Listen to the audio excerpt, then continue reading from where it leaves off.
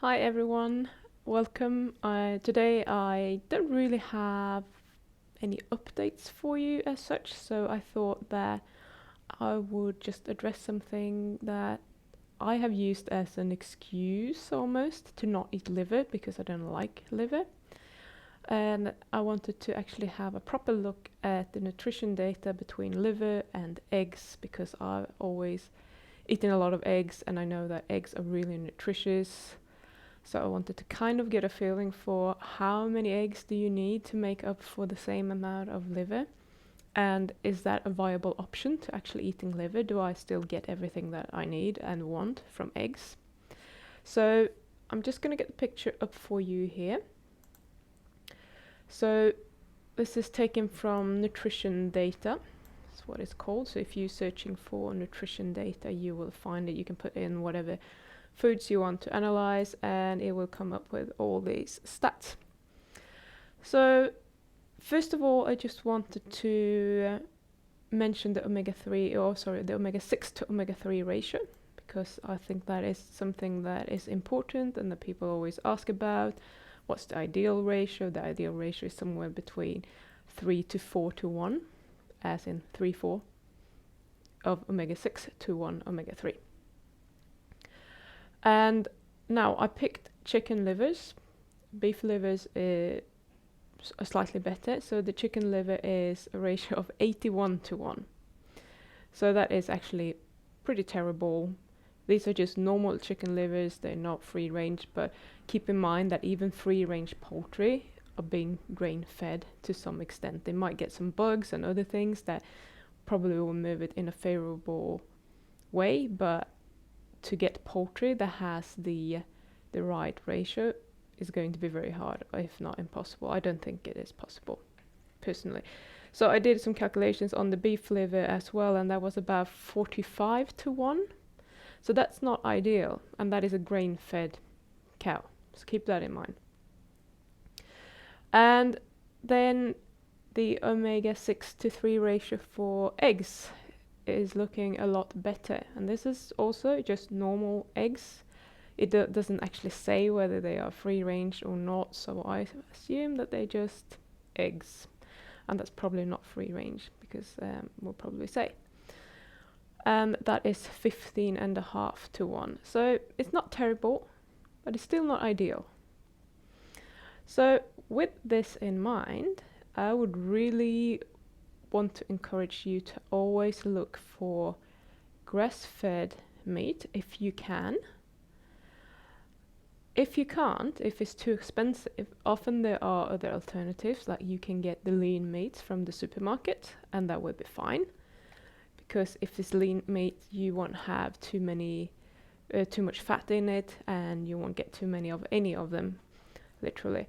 And then you can just go to your local butchers, or if you can find someone online that sells actually grass-fed fat, as in suet or something else like that, then you can just order it from there, or the butcher might have some offcuts from grass-fed beef that they want to get rid of. You might be able to get the fat pieces really, really cheaply, and then you can just fry them up and actually eat them in addition to the grain-fed meat, the lean meat, so to say. So there are ways around it, and I would recommend you to actually put this work in and do that rather than supplementing, because supplements, they're never ever going to be high quality. I'm very sorry to say, I have been analyzing fish oils in the lab, in the quality control lab, and no matter how well you're going through the refining process of the oils, you will have some oxidation products present. There will be primary oxidation products and there will be secondary. Sometimes we were using titrations, so when we were measuring it, it's not super accurate, but we can still see pretty well how much there is of it. And there's always an amount of primary oxidation products in there. Sometimes you're lucky and you don't have many secondary, but that doesn't really matter, because with time the primary oxidation products will break down into secondary oxidation products, and these are even more harmful than the primary ones. So the slightest bit of oxygen available in this sample or in this capsule that you buy will perpetuate this process. So it will either will create new primary oxidation products, or it will perpetuate the whole situation and turn them into secondary oxidation products, which can actually bind to your DNA and cause damage, and not just to the DNA. They can bind in your arteries, it can cause inflammation there, and that can lead to heart disease and so on. So I wouldn't do any omega-3 supplements at all, not even the high quality ones, to be honest. If I had a brain injury, as in a traumatic brain injury, something acute that I wanted to heal, I would probably megadose on omega-3s in the moment for a while to get the actual healthy fats in. It has been shown to actually help with that, but I wouldn't continuously do it as an ongoing supplement that you just take every day. So enough about that. So if we jump back to the livers and the eggs, so what you will see is I have marked everything in green, where on the left you have the chicken livers, on the right you have the eggs, and it's 100-gram portions of each. And whatever is marked in green is the highest one, so chicken livers pretty much win with most vitamins and most minerals as well. Having said that, there are a few things that eggs are really good at. Now, choline, for example, is a bit higher in eggs than in livers, but having said that, liver is really high in choline as well. And choline is actually one of those things that people think that might actually be a choline deficiency might be one of the causes of fatty liver. So it can actually be really good to get enough eggs and liver into your diet rather than supplementing again. I'm not a fan of supplements in general. I think that we need to get the foods in the form that we are meant to consume them, rather than extracting them from foods and then eating them, because I don't think the uptake is as good, and there might just be, a slight molecular difference that makes all the difference how it's received in your body. So I prefer to be safe. I don't know about choline supplements very well, but I would still, if you tolerate eggs, eat it, or if you like liver and can eat liver, just go for it. And then vitamin E and D is slightly, well, there's no vitamin D in liver, but it's slightly higher in eggs, which is fine. It's not a huge difference whatsoever. They're fairly similar there.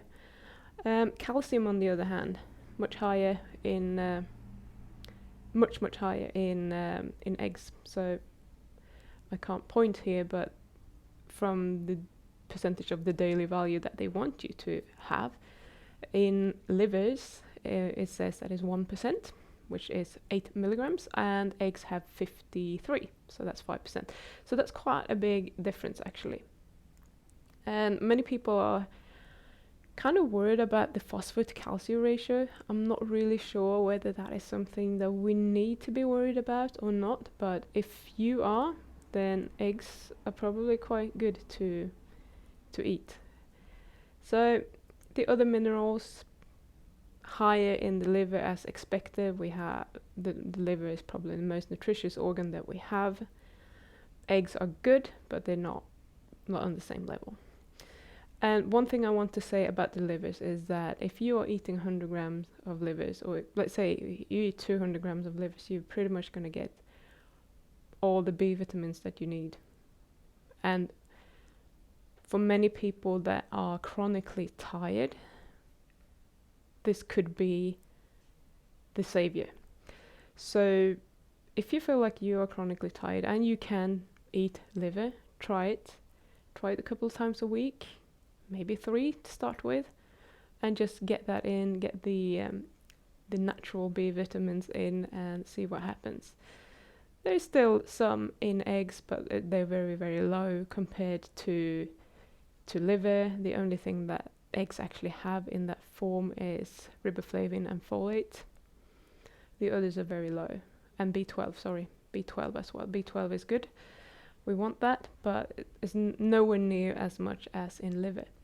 So with that in mind, Some people say that, if you eat enough meat, you will get everything that you need. Other people say, no, you need to have your organ meats because they are so nutritious. And I'm somewhere in between. I think that if you are already at a balanced state, if you are at optimal health, you probably won't need to eat liver.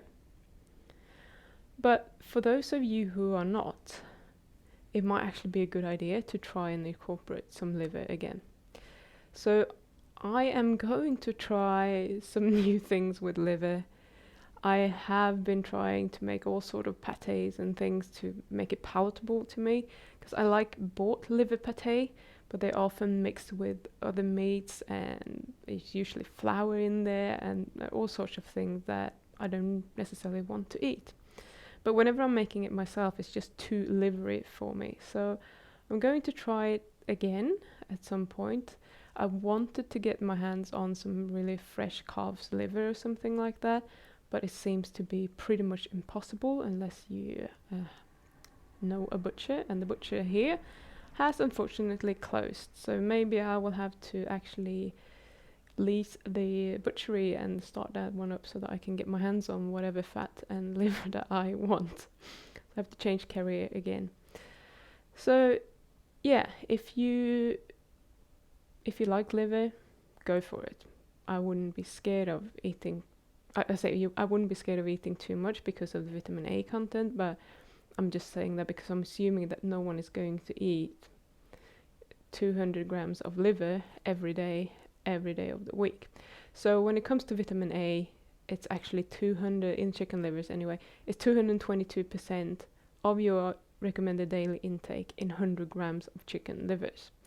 So if you were eating 50 grams a day, you will get exactly how much you needed without other dietary sources, and that's fine. You can do that if you want, but most people actually don't eat liver every day. So I think the scare that we have built up around vitamin A and livers is probably a little bit over the top, because I don't think many people would eat just liver.